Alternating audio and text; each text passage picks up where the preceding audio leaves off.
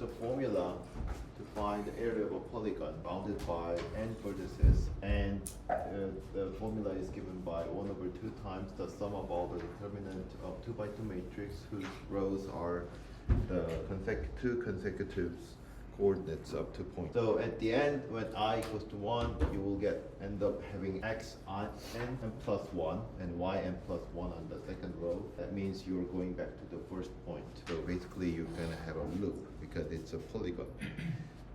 The reason why we have this formula is from the Green theorem. So I'm going to explain it at the end.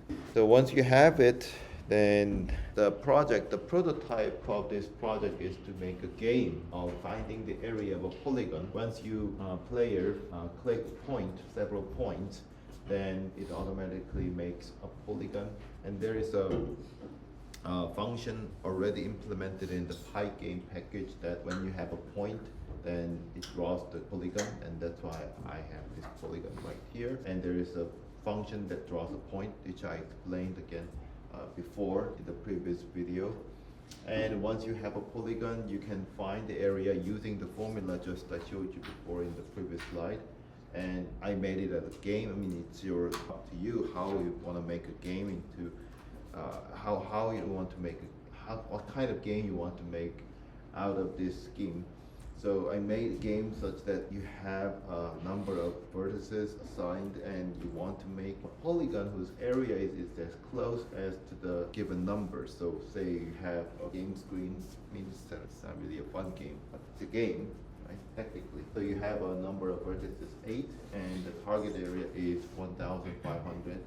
And that means you want to assign 8 vertices or 8 points, which makes 8 gon, and then you want to make that polygon to have the area as close as to this 1,500. So this area, the 1,500 is random number, and so you can make a game such that whoever gets the area as close as to the number given, and he wins. So, but it's a simple game. It's so simple that nobody want to play it. But it's just the prototype. What you can do with this mathematical formula of area finding, and so you can make different game, of course, and you can make a use of other mathematical formula if you find any. So I noticed that from the previous so last year I found that this formula is often called as a shoelace formula. shoelace in your sneakers. So if you want to find it more detail about this, then you can do it. Search for the keyword shoelace formula. Make a game of a polygon, calculating the area of a polygon together. So here I'm going to import Pygame and import NumPy as usual. So the basic usage of this Pygame is you first try to initialize the Pygame package, and you're going to make an infinite loop by while true. So you basically play for infinite until the end is come. So end is come when you hit the quit buttons on the left corner or right corner of the screen, and then the Pygame program aborts. Okay, so what are we going to do is trying to make the mouse click make a dot. So every time you press mouse button, you're going to make a dot. So let's do that. So we have, if the quit is given, it's done. So, and also if the event type is Pygame mouse button down, so it means that mouse button is pressed, then the Pygame mouse, you want to check whether the left mouse button is pressed. So in that case, I want to draw Pygame, draw circle on the screen. So first, before we proceed, I need to define the screen element as this. So our window is 640 by 480, and on that screen I'm going to draw the white dot, the RGB of 255 each, and at the place x, y of the radius 3. So now I need to find where to draw the circle. That is exactly where I pressed my mouse button. So you have to use mouse get pose to get the place, the pixel coordinates. All right, so and then flip. That's it. Now let's run this blog. So here, okay, so it's corrupt here. So let's okay, so let's force quit. There was some error, so let's try to fix the error. So if the event type, oh, so that's not the big T, it's a small t. Let's run this again. So here, if I click mouse button, you can see that there is a white dot appeared every time I click it. And then, okay, so let's close this out. So every time I click mouse button, it's 5 button clicked, then I'm gonna make a 5 gone.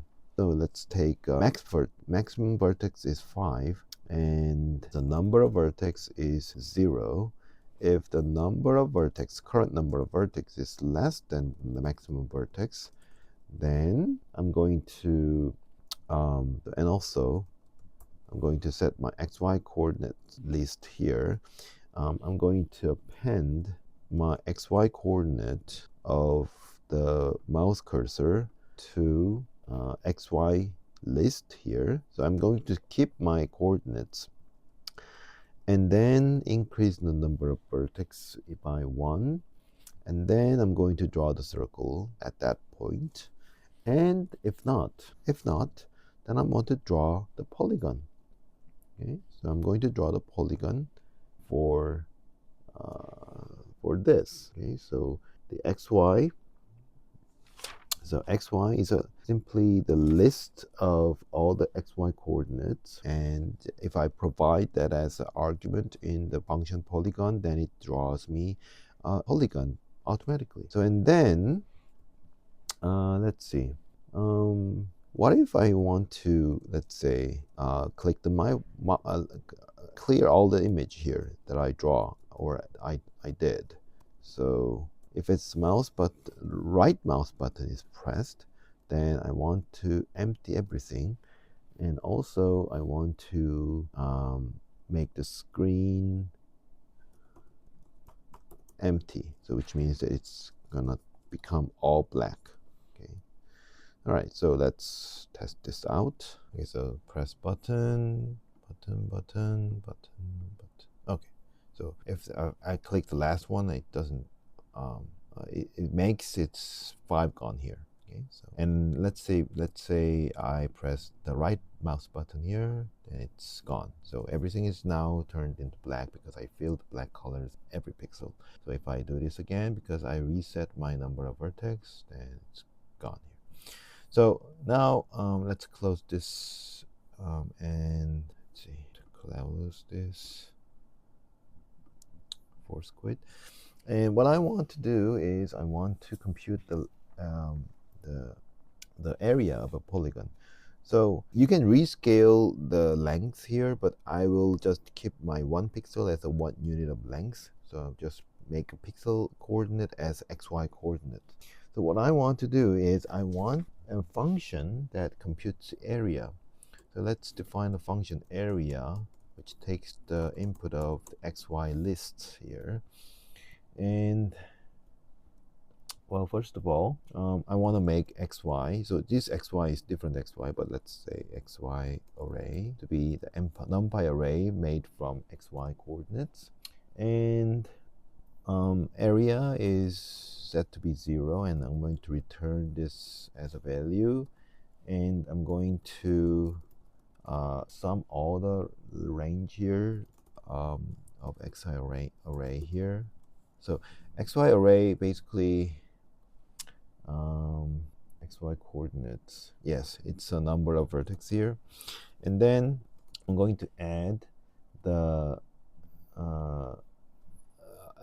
determinant of 2x2 matrix composed of coordinates of 2 consecutive points. And you see what I'm doing here is I'm taking i's and I plus first, but I'm not just putting I plus first, I'm taking a division with the entire number of array, because when I get to the last, then the next one has to be the first. So that's why I take a division and take the remainder. So this means that I'm taking the remainder so that when it gets the last n, then it becomes 0. So it's just for the last addition here. So, and then return the area.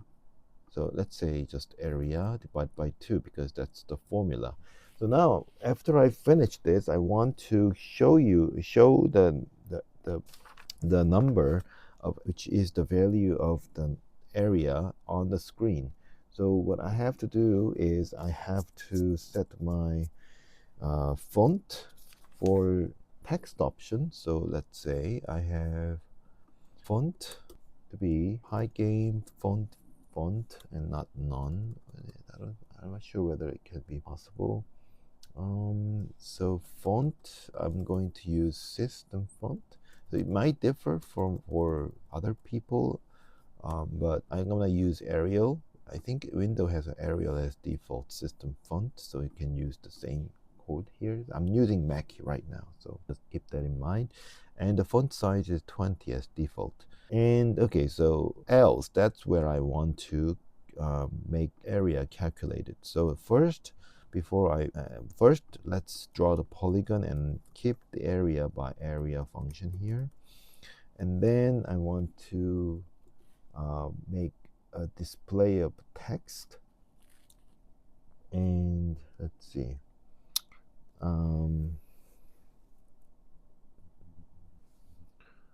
So let's see, we have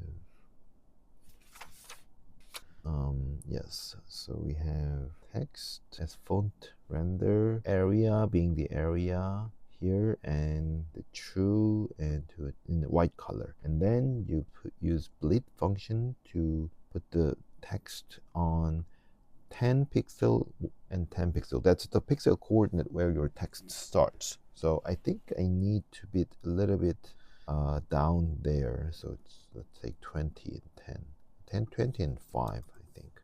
All right, so after you finish drawing 5 dots, then the next time you click, then it will give you the polygon in white color and also the text in white color in 20,5 position. So let's try this out. So here's the screen, 1, 2, 3, 4, 5. Next click gives the area. So that's quite big because this pixel is XY coordinates. So basically you're looking at 640 wide and 480 high XY plane. So that makes sense because now this big polygon should have 50,000 area. Okay, so then now if you press the right button, everything is now gone. Okay, so next time you click 5 dots here. Okay, so it's something error occurred. So let me close this out for Squid.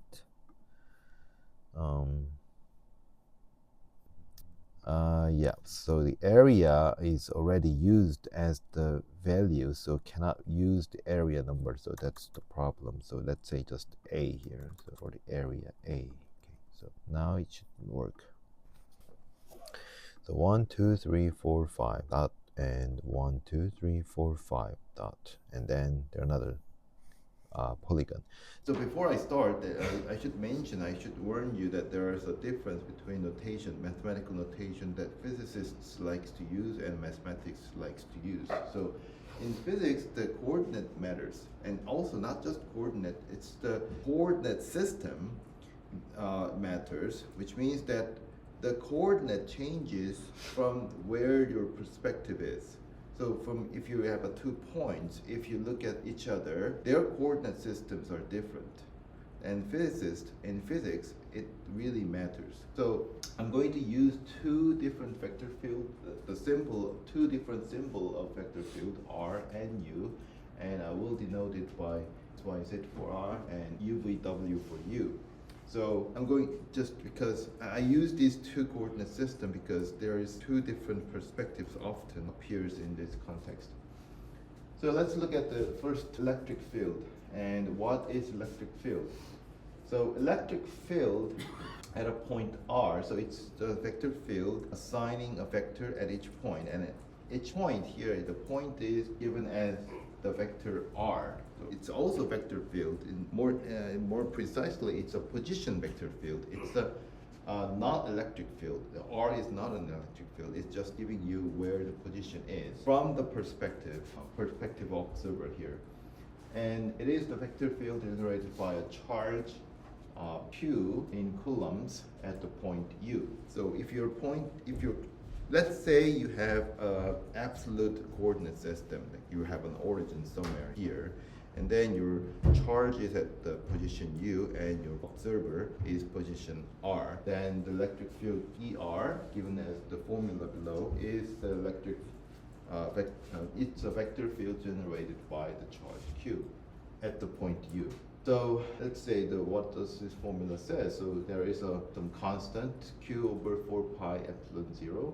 So epsilon 0 is called permittivity of free space, and people measured it by experiment. And the next part is saying that it's a vector, so that basically the vector field gives you the vector. That's why you have R minus U on top, and you have to rescale it by the cubic length of its vector. And so you can take that as a definition, or you can think about it more deeply, why the people thought about this as a definition of electric field, as you see along with this Gauss law. So what is Gauss law? So assume that the charge is located at the origin. So for simplicity, just for simplicity, so which means that our vector field U, the position vector field U, is always constant 0. So let's say S be a closed surface enclosing a charge Q. So it's any closed curve, or it's like a sphere surrounding the origin where the charge is at. And let's say S prime be another closed surface that encloses S and the charge Q. So let's talk about S and the larger S. So larger S is called S prime.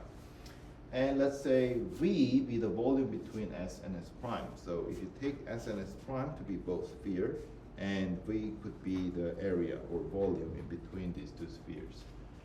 And now let's think about the simple numerical computation results. So we have the divergence of a vector field given by R minus norm R in terms of R. So when I say the divergence R here, the nabla R, means that I have a differential operator del x del y del z, that because x, y, z is the coordinate of R. So then it's easy to see that it's actually 0. So this is a vector field, it's just this vector field, and you take the divergence of the vector field, you get the scalar function, and it's always 0. And let's think about divergence theorem, and let's apply the divergence theorem on the volume V. Okay, so think about the volume V. What's the boundary surface of V? It's not just S or not just S prime, it's a union of S and S prime, because V is surrounded by S and S prime. So now you have to think about the orientation of this surface, orientation of this boundary surface. So V is surrounded by S, the S prime, which is larger one, and let's think about the orientation to be the outward of the V. Okay, so that's the orientation that the divergence theorem is talking about. And if it's the outward, then and then let's think about the orientation of S. So orientation of S must be the outward of V, which means that if you take the S separately, that will be toward the center of this surface S, right? Because if you want to go out from V along the boundary of S, then you have to go inward, right? So the orientation of this entire boundary surface of this volume V is outside of V and outward from the S prime and inward from the S, right? So that's why we have, when you take so even though I have a one integral, it means it's double integral, sorry. So it should be double integral here because surface integral.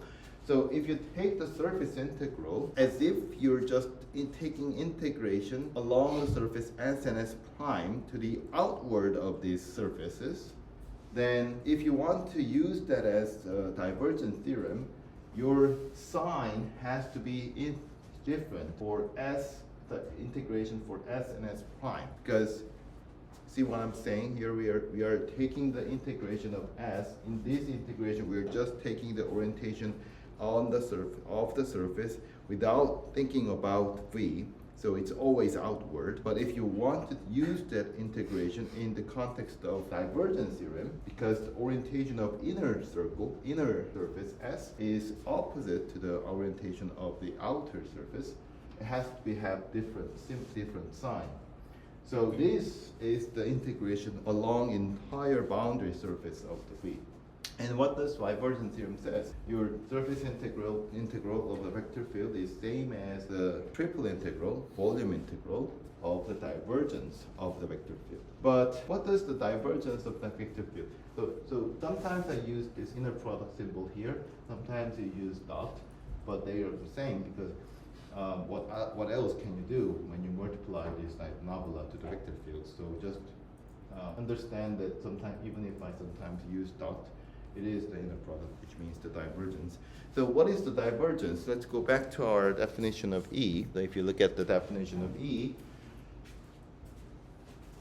so if you take the, so here I think I made a typo here, so it's a cube here. So if you take the divergence of this vector field, so this is constant, so you can ignore this. You're just taking the inner product on this, and we assume that the charge is at the origin, so U is 0. So basically you have R divided by the cube of the length of R. So it's a cube here. So then the divergence is always 0. So the divergence theorem guarantees this equality, the first equality, and the mere fact that the divergence of this type of vector field is 0 gives you that the entire thing is 0, right? So this is just intermediate term, intermediate term. This is not really what important. What important is that the left-hand side, some subtraction of these two surface integrals are equals to 0. That means the surface integral of the electric field along the surface S or S prime are equal. So what does that mean? So it means here. So this implies that, so the surface integral of a vector field always means it's the flux, okay? It's the flow of vector field. So per unit of time. So this implies the flux of electric field through the surface S depends on the charge enclosed by S and not on the shape of the surface. Because S and S prime has different size and different shape. It doesn't matter what kind of surface you put around the charge, the surface integral of the vector field is always the same because of this equation from left and right to the far right there. So Gauss' theorem says that you can put it different way, that the surface that encloses the charge doesn't matter. What only matters is the charge. How much is the charge? The Q, the value of Q matters the entire flux. Okay? And usually we think the charge as a point charge, which means that it doesn't have any volume. Okay? So it's just one point, like one origin point. So no matter how small or how big the surface is, the flux are always the same. And when you take the integration, let's say you integrate like a round sphere, a perfect sphere, then you can easily see that the surface integral is Q over epsilon 0. So epsilon 0, 1 over epsilon 0 is basically the proportional constant that you actually get when you take the Coulomb charge Q. So in physics, they have a different version of this equation. So this is one equation. So remember this. This is the Gauss theorem, and this implies something else. I mean, the equation itself is not Gauss theorem, but the Gauss theorem can be expressed as a formula like this. And there is a different version of Gauss theorem that physicists usually like to use, and you can summarize what we just saw in the previous slide as this equation. So your surface integral is same as your volume integral. So now the difference is that the volume is actually the volume containing the charge. So S is the surface that contains the charge, and if you take the volume inside your closed surface, then it's the volume containing the charge. And we know from the previous fact that the surface integral equals to Q over epsilon 0. So therefore, let's now focus on the second equation. So the second equation actually comes from the first observance that this is equals to Q over epsilon 0, but since this is equals to this, so then now let's focus on this second equation. And mathematically, this is not a valid application of divergence theorem because you see, I said this equals to 0. So because this epsilon electric field right here, given as this formula, if you take the divergence, it's always 0. Okay. However, okay, so what's happening here? So when I say this, it's not really valid equation. We cannot use the divergence theorem in this settings because the V, because the vector field E is not defined at the center. So only condition that we have in the divergence theorem is the vector field must be well defined and differentiable at any point inside of this volume. But in this volume, there is a point where the charge is at, which means that your electric field becomes, you have a 0 denominator in your formula of electric field at that origin where the charge is at. So you cannot use the divergence theorem here.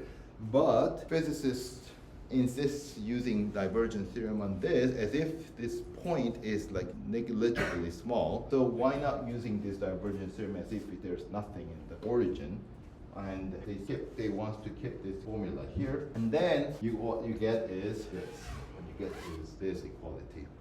Now, mathematically it doesn't make sense, but physicists also wants to make a meaning out of this equation. And it says that we can assume that whatever the inside here, so let's say our volume V is infinitesimally small, so it's almost negligible, so we can drop off this integral signs, and then we have a divergence of electric field, which is equals to Q over epsilon 0. So we can say that now let's drop R here because it's R. It's obvious that it is the R that we are taking derivative with, so let's R off. And then we get electric field, divergence of the electric field equals to Q over epsilon 0. And physicists use often as an alternative version of the Gauss theorem. So it means that, you see, the electric field is diverging. It has a divergent. It has non-zero divergent. And the Coulomb is the proportional constant how much the electric field is expanding at the point where the charge is at. That's what it says. So the derivation of this equation from here is not purely mathematical, but physicists try to make a meaning out of this equation, which says that the electric field is expanding, which means it has non-zero divergent at the point where the charge is at. And the amount of expansion, the divergent, is proportional to the constant Q, which is the amount of charge in Coulomb unit. Does that make sense? Have you seen this equation in your physics class? Yeah. Does it match to your understanding in physics? Because I don't know what physicist professor talks. Does it matches to your understanding in physics class? Kind of? Okay. All right, so let's talk about the magnetic field. So I said it's about electric magnetic field. So you have to separate the electric field and magnetic field. So what is the magnetic field? The magnetic field is a vector field generated by a current loop, I. It's a current loop. So current loop is the important part. So if you have a kind of electric wire, like a circuit, like a circular loop of electric current flowing through this loop, then there is a magnetic field magnetic field is generated because of the electric movement of electron along the loop.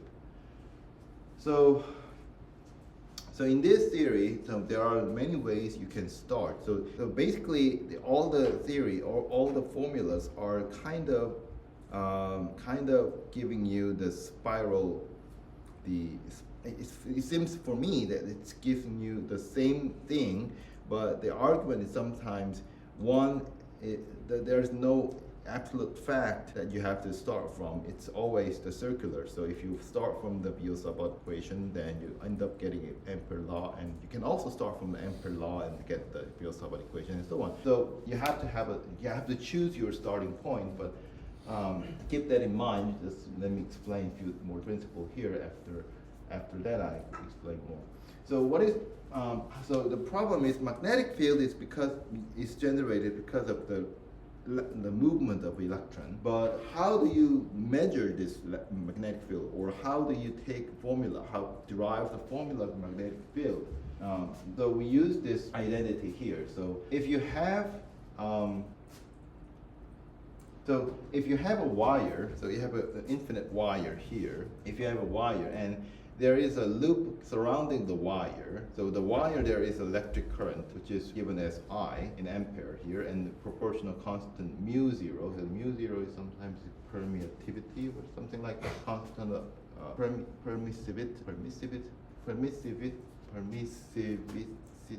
of some free space or something. But anyway, so you have an electric wire with a current I, and then if you take the closed circle, closed loop around the wire, and if you take the line integral over this closed loop or the vector field, magnetic field, then it is same as the electric current I, proportional current I. So that's the one principle you can get.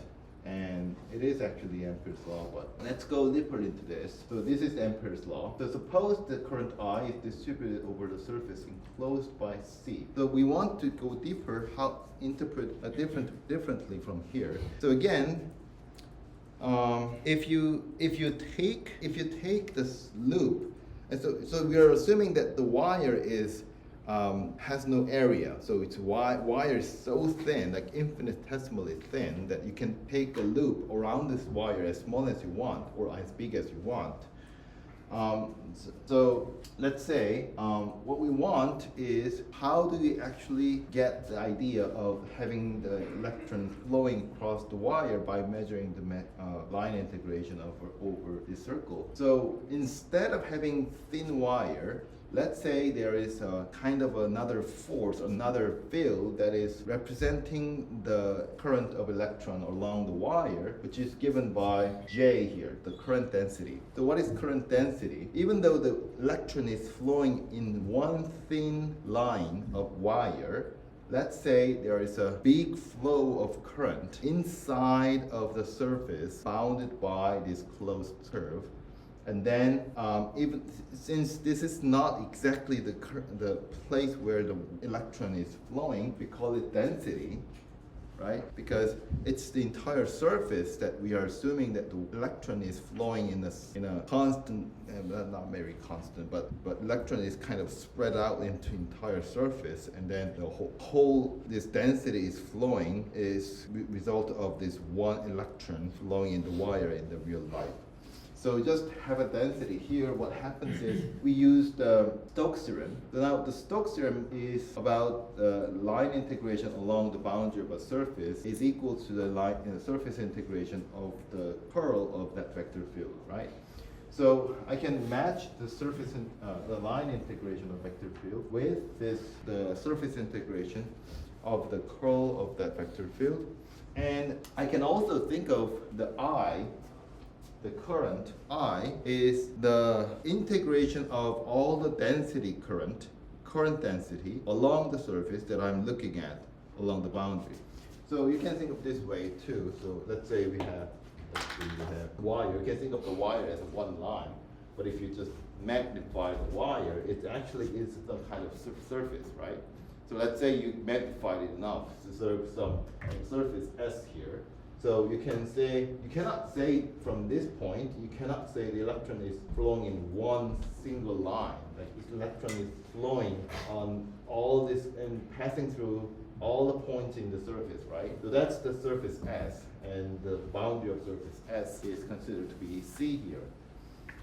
So you see that there are two equations. The first equation comes from this observation that we are taking a big thick wire here, but it doesn't have to be really thick. I mean, it doesn't have to magnify anything. Even if it's a one line, very thin line, you can imagine that this big the electric density is flowing across this big surface surrounding this wire, as if this wire is just a representative of what is going on, but actually the density is flowing across this surface. So anyway, so that's the first equation, and the second equation is actually coming from the first one after applying the Stokes theorem. So after applying Stokes theorem, this becomes the surface integral of curl.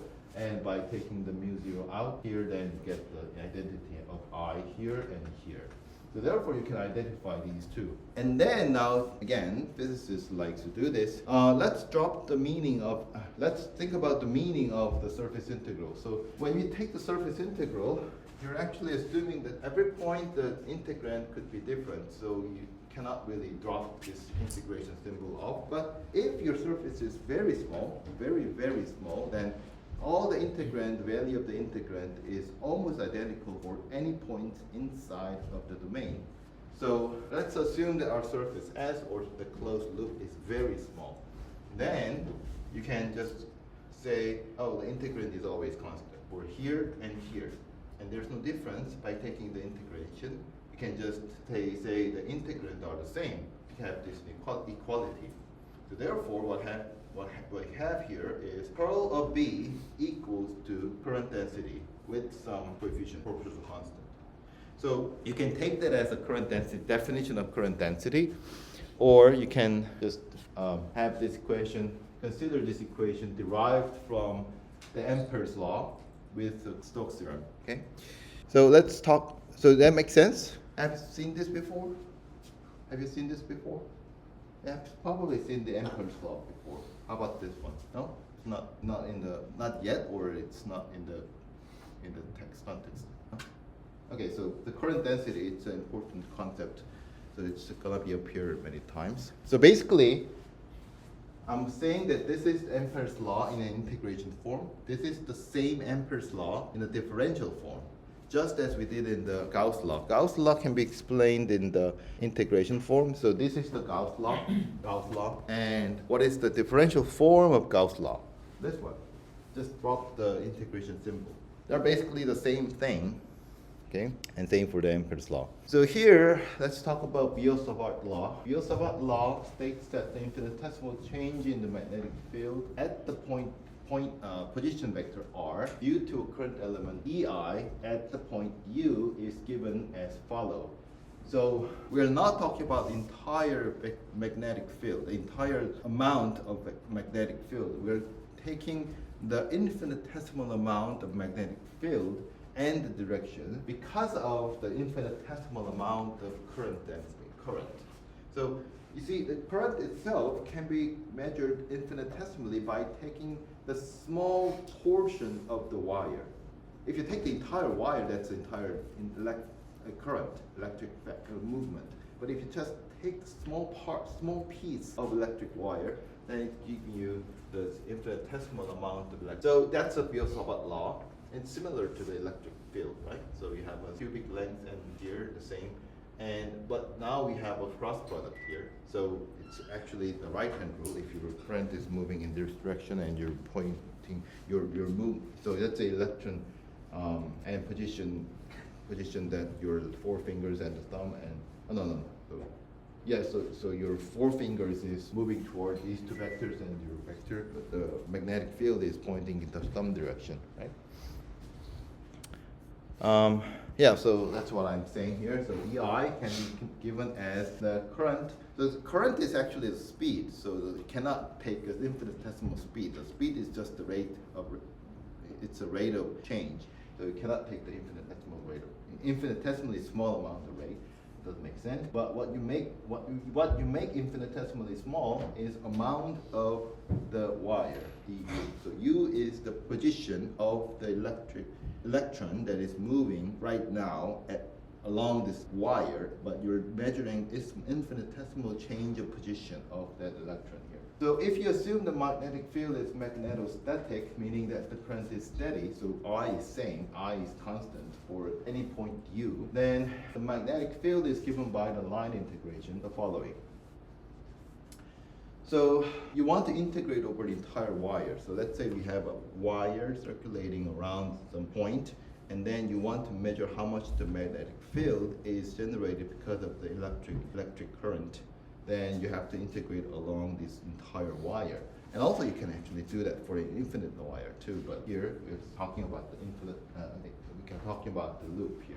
It comes from the Biot-Savart law, because you see, if you want to take if you want to compute the entire vector field, if you have the infinitesimal amount, then what you have to do is just integrate. So integrate over what? Integrate over the length unit, length for the wire. All right, so now it's get a little bit complicated. So now let's think about this situation more in a different way. So what we had here, let's see. I want to compare these two. I want the same magnetic field, but let's look at it in different perspective. So here I have a length unit, and I have the electric current I, but then I want to re-express this equation in terms of current density. So what is current density? Basically, current density is how much electric current is at the point per area, right? So it's basically density. So if you multiply the density times the area, because this is about the area, it's a section of the wire, then you get the current. So density times area is the original unit, which is the current. So that's what I want. I want to multiply current density with the area unit to get the entire or original current unit. But here we already have a unit, a length unit, right? So if you multiply, so if you rewrite your current as a current density times the area unit, then the area unit multiply with the length unit to make volume unit. So that's why we have a volume integration here. So what kind of volume are we talking about? So it's the sectional volume. So here we only take the one-dimensional section, the one-dimensional increment of the wire. We're not talking about how big is the area of section of the wire. But here we're talking about the entire section, sectional volume of the wire here. So once we do that, once you think about that, then these two equations are exactly the same thing. And just notice that, so just a small remark here. So if you think about the integrand here, the integrand inside of the vector, it's triple integration. So this triple integration is not integration of vector field. Why? So even though I use this U as a boldface, it does not mean that we are talking about kind of a vector field integration. This is scalar integration. So this basically triple integration is a scalar integration. But why do we have these vectors? So you see these are vectors. So this one vector cross product second vector gives you the vector. So they basically it's a vector field. So when I say we're taking triple integration of vector field, three-dimensional vector field like this, then what I mean by that is I'm integrating each coordinates or each coordinate function and integrate each coordinate function as an integrand and then combine them as another vector, which is the vector magnetic vector field. Okay, so it's not about it's different from surface integration of vector field or line integration of vector field. Okay, so let's carry on a little bit more of the computation here because we have to talk about the principles of magnetic field. So let's define. So I already mentioned, but this is the definition of nabla R, nabla U. So basically differ by the symbol here. And we have this following identity.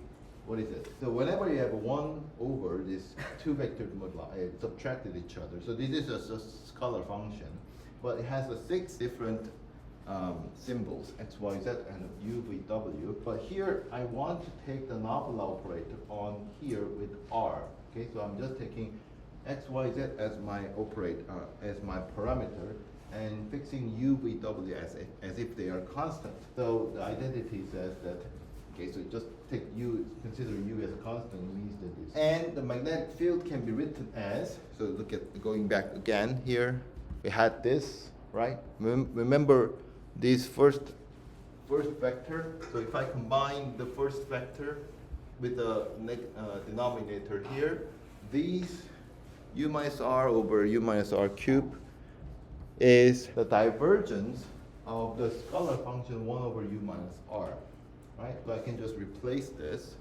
And then now we have to remember what we have observed in the previous slide, previous lecture. We had a formula talking about cross product of a vector field whose shape is formula is function multiplied with a vector field, and you can rewrite that. I mean, you can have this identity exactly same as this. And let's think about f, is small f, to be 1 over u minus r, which is the scalar function, and the boldface f to be the current density here. Okay. So then you have this inside your integration. So this seems like this,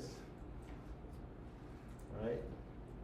Because the current density is the boldface f, which is vector field, and here you have a scalar function, which is small f, right? The only thing that is different is that you have the negative sign, but that's okay because you have the change of this cross product. So if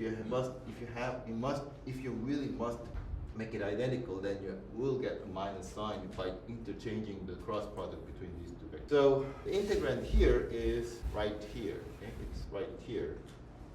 And how about this? So let's just put this in here. So integrand is here. And if you substitute this small m large f with these two, then you should get this here. So the small f is 1 over u minus r, and on this side we have the cross product or curl of the current density. So curl of current density, so this current density is about function of u. That's the important part. It's a function of u. It's not about r. Okay? So whenever you take the differential operator in terms of x, y, z of the function u with w, it's always 0. So that's why it's 0. Divergence is 0, curl is 0, so everything is 0. So you can say this is equal to 0. So what happens is this, which is exactly the same as this, is equals to the curl of ff. So what is ff here? So small f is the scalar function. Boldface f is the current density. So written right here, exactly the same way. Ff is this, and you have the curl. And when you think about this identity, every nabla is about r. It's about differentiation of x, y, z. So explicitly mention this as a nabla r. And then again, well, you have to think about this mathematically, but let's drop mathematical rigor a little bit here. So when you have this inner cross product, it's basically about the it's basically about the partial derivative. And when you take the integration is nothing to do with the partial derivative. It's about the integrand. How you obtain the integrand doesn't matter. So you can easily think of this triple integration as kind of a summation, and then put this curl outside of integration. So it doesn't matter whether you integrate, which means the sum, before or after you take the integration, or before or after you take the partial derivative. So let's say we take the sum before you take the partial derivative. So that's what it says, and that is equals to B. Don't forget that. So B, the magnetic field, is given by that using the current density. And we can say that we can define our magnetic vector potential A. Have you heard about this in physics class? Vector potential. The vector potential A, let's define to be this right here. So it's the integration of the current density over the volume. And then what we can say is our magnetic field is same as the curl of that vector potential. So what does this say? So you can find the magnetic field using the first equation, this very first equation, this, using the electric current, or Biot-Savart law. Actually, they are equivalent. Or you can have the magnetic field explicitly computed from the vector potential given by the current density. So here is another equation here of the magnetic field. And because now we have a magnetic field written as the curl of another vector field, you can say that if you take the divergence of a magnetic field, then it's the same as taking divergence of a curl of another vector field, which is always 0. So this identity is one of the identity we showed you before. So what does it say? Okay, so basically it's different from what electric field is. Electric field has non-zero divergent, which means that it's kind of expanding. So what is it expanding? It's an electric flux that is expanding. It's going out from this one point where the charge is at.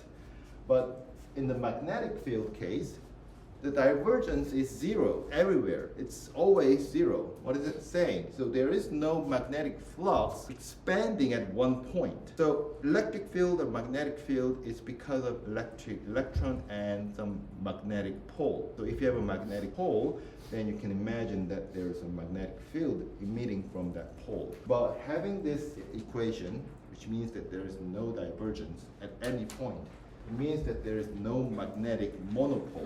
What is monopole? It's like a charge. Like you have electric charge, a positive charge, a negative charge. You can have separate charge, right, in one space. You don't have to have these two charges always put in together. You can have one charge in one place separately to another charge. But in the magnetic field, in magnetic pole, you cannot separate one pole to another pole. Like pole and pole cannot be separated. Always have to be at the same time. That's why when you cut your magnetic rod into two pieces, you always get another N pole and S pole. You cannot make N pole only magnetic rod. And this equation is the proof why you cannot get it. Okay, that's a summarization. So we have Maxwell's equation, usually summarized into 4 equations. So we observed that Gauss law can be written as the divergence of the electric field is constant proportion to the charge. And I haven't talked about this, but so in this case, is where your electric current is steady. So your electric field is not changing over time. But what happens, so the electric field and magnetic field are always kind of affecting each other. So over the time, if electric field changes, then your magnetic field changes. You make electric and magnetic field. And if the magnetic field changes over time, then you generate electric field. Because basically the electric field is because of the electron or charge. And also magnetic field is because of charge that is moving. Right? The moving means that it changes over time. So it changes position means it changes the electric field, therefore it has a magnetic field. So first and third equation is about electrostatic and magnetostatic situation, and the second and fourth is about when it changes over time. So when the magnetic field changes over time, then it gives some changes in the electric field, and it changes actually the curl of the electric field. And here, the same thing here. So basically, the curl of B is governed by the current density, but if there is a changes in electric field over time, then the effect is added to that to give the changes in the magnetic field observed by the curl of the magnetic field. So these 4 equations summarizes the entire Maxwell's equation. Anyway, so any questions about this? Any questions? No? So this will not be on the exam if you're worried about exam. So I'm not gonna ask you about any of this content I told you today in the exam. But I hope you can get a nice motivation by looking at these examples, looking at the physicist idea. Why this from Green theorem to Stokes theorem and divergence theorem is useful, because it's not for making our computation easy. It's because there is certain places in other fields in mathematics, other than mathematics, that uses these theorems. So I'm gonna show you the last project, because briefly, because no one is doing this project, but I just wanted to show you this. Because it's similar to what we are going to do in this project 7 and 8. So in this project 9, we're going to visualize the magnetic dipole, which means that there is a magnetic dipole. So dipole means that it's a one-point magnetic object that has the one N pole and the other end S pole, but it's just one point, not the length unit. So I define magnetic dipole as the magnetic field generated by a current loop. So magnetic potential vector at A of R is given by the following formula. So this is something what people, physicists, found already. So I just take this as a kind of definition. And here M is the magnetic dipole moment, M, and U is the position of magnetic dipole, and R is the place where you're observing the vector potential. And because we found that the magnetic field is given by the curl of that magnetic vector potential A. So when you take the curl, you can just have a tedious computation, but not hard. So you just take the curl of, in terms of XYZ here, you can get this formula. So I'm going to make it simple, and also I don't want to make a three-dimensional. So this is three-dimensional situation here. Every R or A is three-dimensional, but I don't want to make a three-dimensional image. I want to make it two-dimensional. So I want to project it down onto XY plane. So therefore, let's say my magnetic moment, dipole moment M is upright, up from the upright direction here, which is that direction. And then your magnetic dipole can be written as this explicit formula. So still we have a Z coordinate, but we're going to eliminate the Z as if Z is just 0. So what do we have? So let's see. So we're going to take this as some sort of a speed unit. So we want to see how the magnetic field is moving along this vector field. So this vector field shows you how the magnetic field is flowing on the surface. So each coordinate is divided by this vector here. So this vector is dividing everything here. So it has to be combined all together for first and second and third. But let's say assume we are let's see. So we have y 3 xy. So I have to change my role of x, y, z here. So I'm going to say, I'm going to let y to be 0, and I'm sorry. So let me take back what I just said. I'm not looking at this vector field in xy plane. I'm looking at it xz plane. So which means that y coordinate is 0. So take y equals to 0 and then pick out the second coordinate and then just look at the first and third coordinate. And then what I get is xz, I get xy instead of xz. So z is considered to be the vertical coordinate, vertical axis, which usually represented as y here. So I just put y here. And then the second coordinate, and the last coordinate is the second coordinate of my two-dimensional plane, and it's 2y squared minus x squared, and here it's 0, so not there.